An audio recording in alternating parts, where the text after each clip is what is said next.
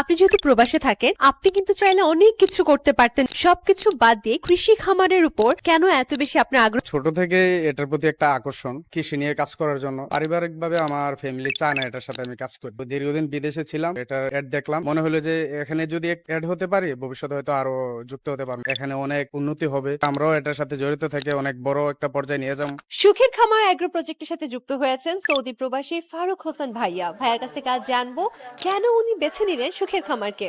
স্বাগত জানাচ্ছি ভাইয়া। এই যে সুখের খামার, যারা সব সময় বলে থাকে সবার মাঝে সুখ ছড়িয়ে দিতে চায় এবং যার অন্যতম মাধ্যম হচ্ছে কৃষি, কেন এটার সাথে আপনি যুক্ত হলেন? আসলে আমার অনেক আগে থেকে ইচ্ছে কৃষি নিয়ে কাজ করার জন্য, অবশ্যই পারিবারিক ভাবে করতে পারতেছি না। তো সুখের খামারে এগুলোর দেখলাম, অনেক ভালো লাগলো, এর জন্য এটার সাথে এন্ট্রি হলাম। আপনি যেহেতু প্রবাসে থাকেন, আপনি কিন্তু চাইলে অনেক কিছু করতে পারতেন, দেশে এসে অন্য যে কোনো কিছুর মালিক হয়ে যেতে পারতেন। সবকিছু বাদ দিয়ে কৃষি খামারের উপর কেন এত বেশি আপনার আগ্রহ এবং এটারই কেন মালিক হতে চাইলেন আপনি?